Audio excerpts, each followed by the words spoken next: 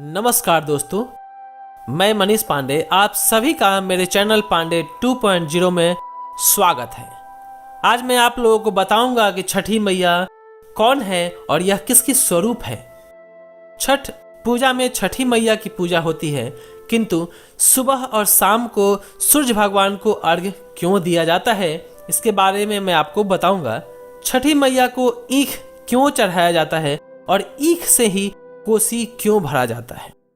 इस वीडियो में मैं आपके इन सभी सवालों का जवाब लेकर आया हूं, तो इस वीडियो को अंत तक जरूर देखिएगा। ज्यादातर लोगों को यही पता होगा कि देवसेना या माता कात्यायनी को ही छठी मैया कहा जाता है।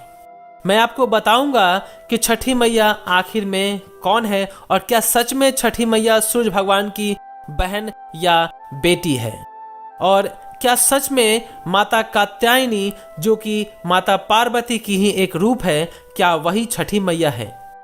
अगर वही छठी मैया है तो देवसेना जो कि स्कंद माता स्वरूप की बहू है, जो कि भगवान कार्तिकेय की पत्नी है, क्या वही छठी मैया है? अगर है तो कैसे? क्योंकि माता कात्यायनी अगर छठी मैया है तो उनकी बहू जो कि देवसेना है वो छठी मैया का रूप कैसे है। तो आज मैं आपको बताऊंगा कि आखिर में छठी मैया कौन है और वह किसकी स्वरूप है। तो इस वीडियो को अंत तक जरूर देखिएगा और वीडियो पसंद आए तो लाइक करके चैनल को सब्सक्राइब जरूर कीजिएगा। कमेंट में जय छठी मैया जरूर लिखिएगा। छठी मैया आपकी सारी मनोकामना पूरी करे। आपके सभी सवालों का जवाब देने के लिए पहले मैं बता दूं कि छठ पूजा कार्तिक मास के शुक्ल पक्ष की चतुर्थी तिथि से शुरू होता है और सप्तमी तिथि को समापन होता है।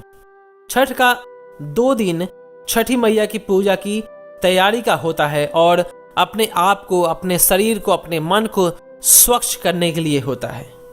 चतुर्थी को नहाए खाए होता है, जिसमें व्रती अपने आप को शुद्ध करती है और नहा धोआ कर खुद को और अपने घर को स्वच्छ करती है और शुद्ध और सात्विक भोजन करती है। पंचमी को खरना होता है, यानी कि व्रती पूरा दिन उपवास रहती है और रात को रसियाव रोटी खाती है। रसियाव मीठा में बना हुआ खीर को कहते हैं। तो इस प्रकार व्रती इन 2 दिनों में खुद को स्वच्छ करती है। तीसरा दिन यानी कि षष्ठी को छठी मैया की पूजा की जाती है, जिस दिन शाम को व्रती छठी घाट जाती है और छठी मैया की पूजा करती है पूरी विधि से। तो कार्तिक मास की शुक्ल पक्ष की षष्ठी तिथि को पूजा होने के कारण इस माता को षष्ठी माता कहते हैं। षष्ठी का मतलब है छठा, षष्ठी तिथि का मतलब होता है छठा दिन, इसलिए षष्ठी को पूजा होने के कारण इन माता को छठी मैया कहा जाता है और सप्तमी को छठ पूजा का समापन होता है। अब आप जानना चाहते होंगे कि छठी मैया कौन है और यह किसकी स्वरूप है। कहीं कहीं यह बताया गया होगा कि छठी मैया सृष्टि रचने वाली प्रकृति का छठा अंश है, इसलिए इनको छठी मैया कहा जाता है और इनको कात्यायनी भी कहा जाता है। तो इसके जवाब में मैं बता दूं कि नवरात्रि कथा के अनुसार माता कुष्मांडा ने ब्रह्मांड यानी कि सृष्टि की रचना की थी और माता कात्यायनी ने ऋषि कात्यायन के यहाँ जन्म लिया और महिषासुर का वध किया था। तो नवरात्रि कथा के अनुसार माता कात्यायनी ने सृष्टि की रचना नहीं किया था, माता कुष्मांडा ने सृष्टि की रचना की थी। कहीं कहीं यह भी बताया गया है कि देवसेना ही छठी मैया है।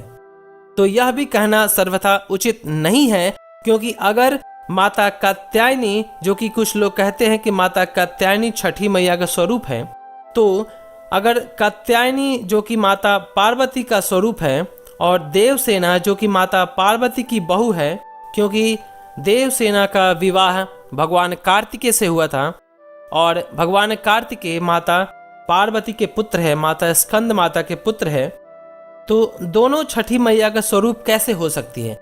माता कात्यायनी और देवी देवसेना, ये दोनों छठी मैया कैसे हो सकती है? तो ये सर्वथा उचित नहीं है। कहीं कहीं यह भी बताया गया है कि छठी मैया सूर्य भगवान की बहन है और कहीं कहीं उनको सूर्य भगवान की पुत्री भी बताया गया है। लोग अपने अनुसार यह सोच लेते हैं जो कि गलत है। लोगों को लगता है कि छठी मैया के साथ सूर्य भगवान का पूजा होता है, इसलिए उनका संबंध छठी मैया के साथ कुछ होगा, इसलिए छठी मैया सूर्य भगवान की पुत्री होगी या बहन होगी। लेकिन ऐसा नहीं है। वास्तव में छठी मैया माँ दुर्गा, जो कि माता पार्वती की ही एक रूप, एक अंश है। कहीं कहीं इनको माता ललिता के रूप में पूजा जाता है।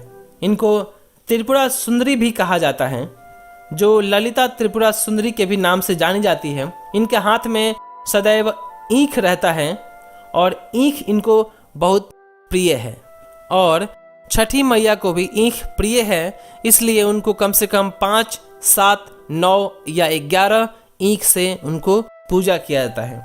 माता त्रिपुर सुंदरी को भी ईंख प्रिय है और छठी मैया को भी ईंख प्रिय है, इसलिए छठ पूजा में ईंख से पूजा करना अनिवार्य होता है और ईंख से ही कोसी भरा जाता है। 5 ईंख से कोसी भरा जाता है या पूजा किया जाता है। यह 5 ईंख पंच तत्व माने जाते हैं, जो कि भूमि, वायु, जल, अग्नि और आकाश है, जिससे माता की पूजा की जाती है।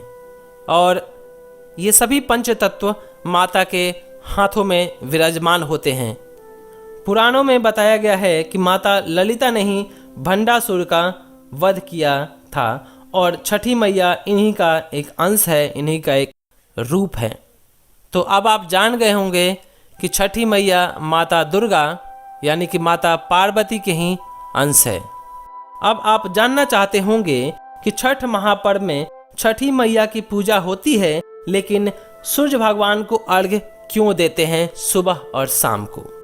तो मैं आपको बता दूं कि विज्ञान और धर्म के अनुसार सूर्य की पूजा करना उत्तम माना जाता है। सूर्य की किरणें हमारे स्वास्थ्य के लिए फायदेमंद होती हैं। बड़े बड़े राजा महाराजा, यहाँ तक कि भगवान राम भी सुबह सुबह भगवान सूर्य की पूजा करते थे। सूर्य को अर्घ्य देने से आत्मबल प्राप्त होता है। इससे बल, बुद्धि और दिव्यता प्राप्त होती है। अस्त होते हुए सूर्य यानी कि डूबते हुए सूर्य को अर्घ्य देने से व्रती को दुगुना लाभ मिलता है। इससे जीवन में तेज बना रहता है, यश, धन और वैभव की प्राप्ति होती है। वैज्ञानिक दृष्टिकोण से डूबते सूर्य को अर्घ्य देने से आंखों की रोशनी बढ़ती है। जिस प्रकार करवा चौथ में चांद को अर्घ्य देना अनिवार्य होता है और बिना चांद को देखे करवा चौथ व्रत का समापन नहीं होता है, वैसे ही छठ पूजा में डूबते और उगते हुए सूर्य को अर्घ्य देना और उनका दर्शन करना अनिवार्य होता है। उगते सूर्य को अर्घ्य देकर ही इस व्रत का समापन होता है और व्रती अपना व्रत पूरा करती है। अगर आपको मेरा वीडियो अच्छा लगा और अगर आपको लगा कि इसमें सच्चाई है, तो वीडियो को लाइक करके चैनल को सब्सक्राइब कर दीजिएगा और कमेंट में जय छठी मैया जरूर लिखिएगा। वीडियो देखने के लिए बहुत बहुत धन्यवाद। जय छठी मैया। तो मेरे साथ बोलिए, छठी मैया की जय।